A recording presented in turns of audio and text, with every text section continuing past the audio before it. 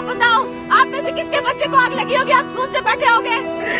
मेरे बच्चे इधर मरीज ले ले।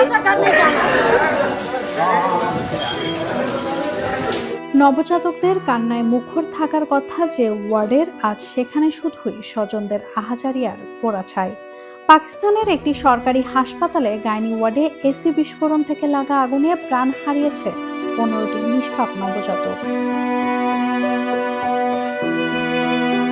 স্থানীয় সময় বুধবার ভোর 6:45 পাকিস্তান ইনস্টিটিউট অব মেডিকেল সায়েন্সের আওতাধীন হাসপাতালের গাইনোকোলজি ওয়ার্ডে আগুন লাগে।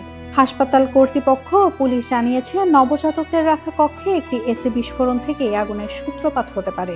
খবর পেয়ে দ্রুত ঘটনাস্থলে ছুটে যায় ফায়ার সার্ভিসের 6টি ইউনিট। অল্প সময়ের মধ্যেই আগুন নিয়ন্ত্রণে আনা সম্ভব হলেও ততক্ষণে ঘটে গেছে হৃদয় বিদারক ঘটনা।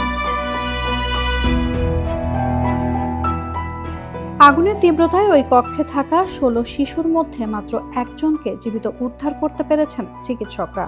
বাকিদের আর বাঁচানো সম্ভব হয়নি।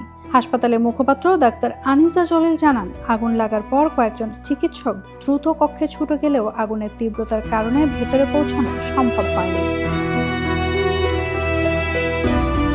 এদিকে কিভাবে আগুনের সূত্রপাত এবং হাসপাতালের অগ্নি নিরাপত্তা ব্যবস্থায় কোনো গাফলতি ছিল কিনা তা খতিয়ে দেখতে তদন্ত কমিটি গঠন করেছে ইসলামাবাদ পুলিশ। নাওমিনা স্টিন, নিউজ ট্রেইল।